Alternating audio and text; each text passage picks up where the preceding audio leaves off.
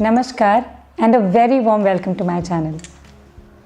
आज है धनतेरस और दिवाली के 5 दिवसीय महा सेलिब्रेशंस का आगाज़ हो चुका है।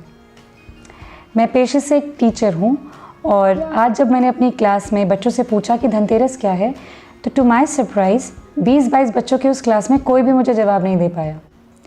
तो मैंने तब सोचा कि आज की वीडियो का टॉपिक यही होगा। हमारा जो स्कूल का वक्त था वो बहुत ही सहेजा हुआ था। दादी नानी की कहानियाँ, मम्मी पापा की डांट, स्वयं पौराणिक कथाएं ही सीरियल हुआ करती थी। अब तो जैसे सब कुछ खो गया। बच्चों को मालूम ही नहीं दिवाली का पर्व 5 दिन का होता है। वो 5 दिन क्या क्या हैं ये भी बच्चों को नहीं मालूम। तो मैंने सोचा कि आज इसी विषय पे बात की जाए कि दिवाली के ये 5 दिन क्या हैं और इन्हें किस तरह से सेलिब्रेट किया जाता है। तो शुरू करते हैं। तो हिंदुओं का ये जो पर्व है दीपावली, इसकी शुरुआत होती है धनतेरस से।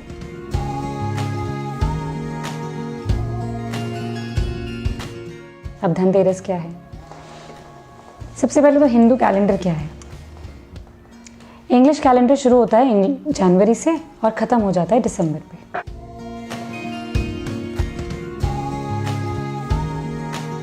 राइट? दिसंबर से जनवरी में जब डेट बदलती है तो ना तो ऋतु बदलती है, ना मौसम बदलता है, कुछ भी नहीं बदलता, सिर्फ तारीख बदल जाती है, सन बदल जाता है। लेकिन हिंदू कैलेंडर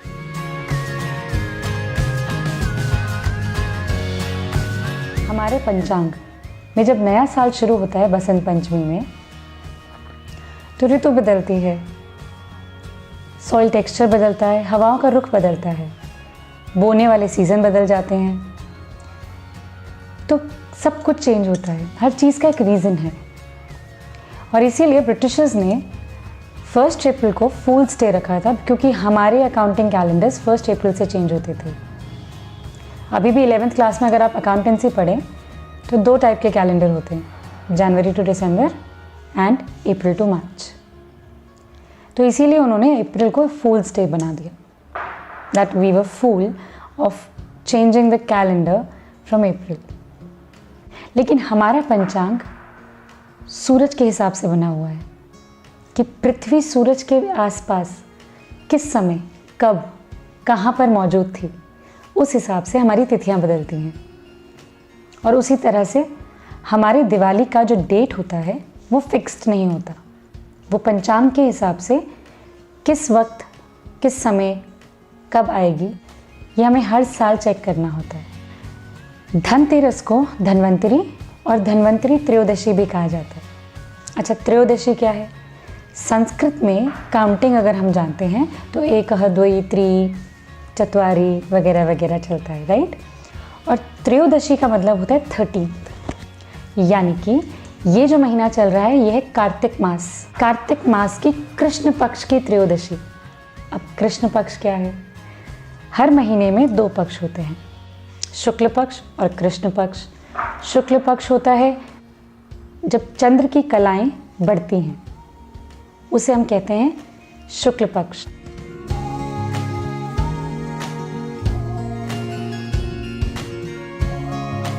और जब चांद की कलाएं कम होती हैं तो उसे हम कहते हैं कृष्ण पक्ष।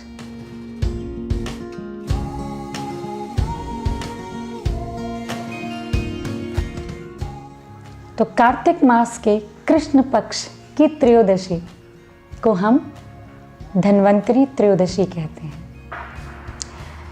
जब देवताओं और राक्षसों के बीच समुद्र मंथन हुआ तो उसमें से भगवान धन्वंतरी बाहर आए अमृत कलश लेके। मनुष्यों को आयुर्वेद का ज्ञान भगवान धन्वंतरी ने ही दिया है। त्रयोदशी के अगले दिन होता है चतुर्दशी, यानी कि 14th डे। तो चतुर्दशी को हम नरक चतुर्दशी कहते हैं।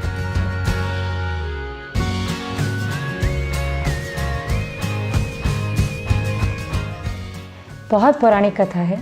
नरकासुर नाम के एक राक्षस थे। इनका नाम इतनी इज्जत से क्यों लिया जा रहा है? क्योंकि अपनी डेथ बेड पर इनको अपनी गलती समझ में आ गई थी। और इन्होंने भगवान से रिक्वेस्ट करी थी कि मेरी मौत का जश्न मनाया जाए और सबको बताया जाए कि मैंने अपने पूरे जीवन काल में कितने बुरे काम किए, लेकिन मुझे कुछ भी हासिल नहीं हुआ। इसीलिए आज के दिन को नरक चतुर्दशी कहा जाता है। नरकासुर जो राक्षस थे, ये भगवान विष्णु के पुत्र थे। अब पुत्र कैसे हुए? बहुत से लोगों का उद्धार करने के लिए भगवान विष्णु ने बहुत से अवतार लिए। उनमें से एक अवतार था वाइल्ड बोर का, और उसी अवतार में उनका एक पुत्र हुआ।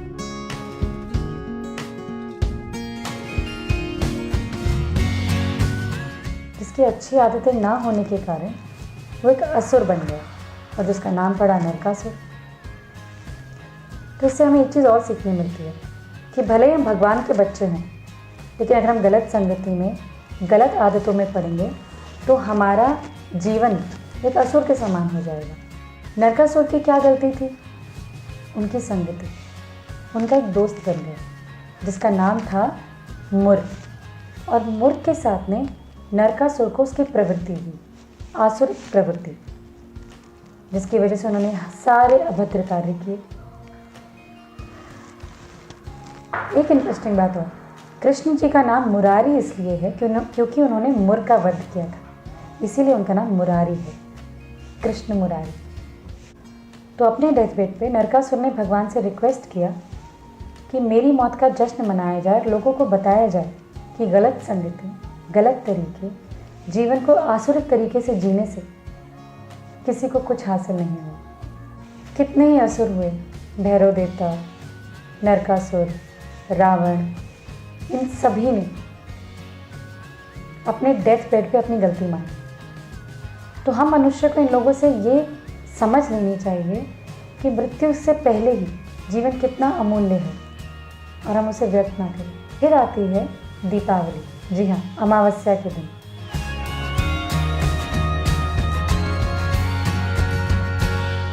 कृष्ण पक्ष के आखिरी दिन को अमावस्या होती है, तो दीपावली अमावस्या के दिन पड़ती है। दीपावली एक रिमाइंडर है कि जीत हमेशा अच्छाई की होती है, सत्य की होती है। श्री राम और माता सीता अपना 14 वर्ष का वनवास पूरा करके जब अयोध्या वापस आए, तो आज ही के दिन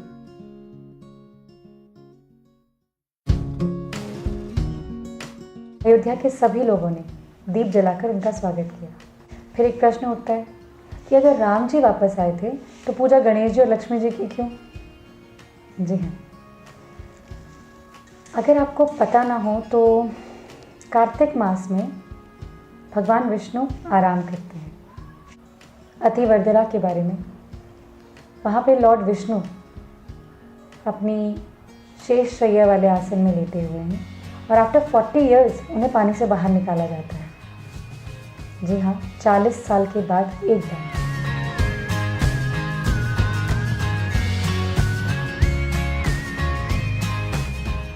दर्शन के लिए भगवान विष्णु बाहर आते हैं पानी से, और कार्तिक के इसी मास में वो आराम करते हैं।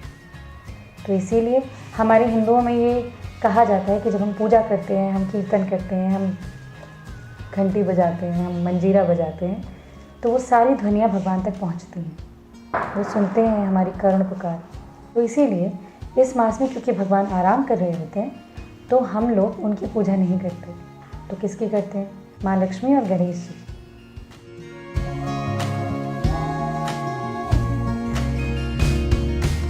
लक्ष्मी और गणेश पति पत्नी हैं? जी नहीं, बिल्कुल नहीं। माँ लक्ष्मी का कोई पुत्र नहीं था, तो उन्होंने माँ पार्वती से कहा कि गणेश मेरे पास छोड़ दो। पर पार्वती जी माँ हैं, उन्हें चिंता हुई कि लक्ष्मी तो बहुत चंचल है, वो तो एक जगह रहती ही नहीं। तो लक्ष्मी जी ने माँ पार्वती को आश्वासन दिया कि मैं जहाँ भी जाऊँगी गणेश जी को अपने साथ ले जाऊँगी। तो इसलिए गणेश जी हमेशा लक्ष्मी जी के साथ रहते हैं। चौथा दिन होता है गोवर्धन पूजा का।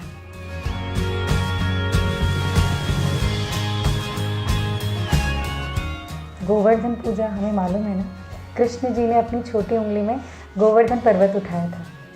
जब इंद्र से उनकी फाइट हो रही थी तो लोगों को बचाने के लिए गोवर्धन पर्वत के नीचे आश्रय दिया था। तो गोवर्धन पर्वत की पूजा की जाती है। एक और इंटरेस्टिंग स्टोरी है, जब राम सेतु बन रहा था राम जी को लंका ले जाने के लिए, तो हनुमान जी जाकर गोवर्धन पर्वत उठा के ले आए। हनुमान जी कभी संजीवनी पर्वत उठाए उन्होंने बहुत सारे, तो वो गोवर्धन पर्वत लेकर आए। पर जब वो वापस आए तो उन्होंने देखा कि राम सेतु पूरा बन चुका है। तो गोवर्धन पर्वत बहुत ही उदास हो गया कि राम सेतु बनाने के लिए वो श्री राम की मदद नहीं कर पाए। तो श्री राम ने गोवर्धन जी को यह आश्वासन दिया कि अगले जन्म में जब वो कृष्ण बनकर आएंगे तब वो गोवर्धन पर्वत का उद्धार करेंगे और उसे पूजनीय बनाएंगे। और उसी हेतु भगवान ने अपना प्रॉमिस पूरा किया। जब वो कृष्ण बनकर आए तो उन्होंने गोवर्धन पर्वत को अपना माध्यम बनाया। 5वां दिन, जिसे हम भाई दूज के नाम से जानते हैं।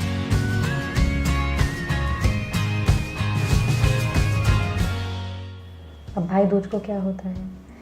भगवान सूर्य को अपनी पत्नी संज्ञा से 2 बच्चे हुए, जिनका नाम था यम और यमुना।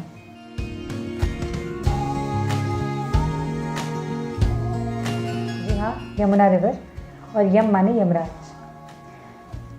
तो यमराज जी जब यमुना के घर गए तो यमुना ने अपने भाई को अच्छे से खाना खिलाया, टीका लगाया, गोला दिया, रक्षा सेतु बांधा और उनसे आग्रह किया कि आज के दिन जो भी भाई अपनी बहन के घर जाकर भोज करेगा उसे बहुत सा आशीर्वाद मिले।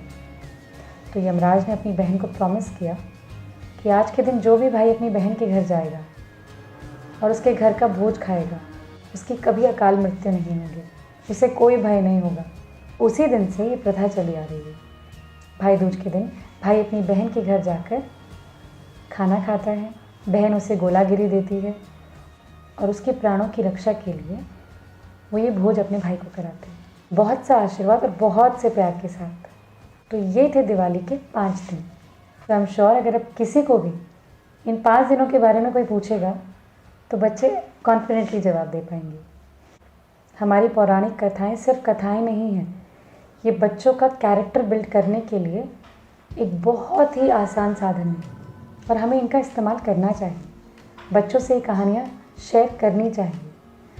अभी वो नहीं समझेंगे for sure, but I am sure जैसे जैसे वो बड़े होते रहेंगे उनके दिमाग में जब ये कहानियाँ होंगी तो वो उससे रिलेट कर पाएंगे, अपने लाइफ में कुछ अच्छे डिसीजंस ले पाएंगे। तो प्लीज़ अपने बच्चों को दिवाली के 5 दिनों के बारे में पूरी जानकारी दीजिए।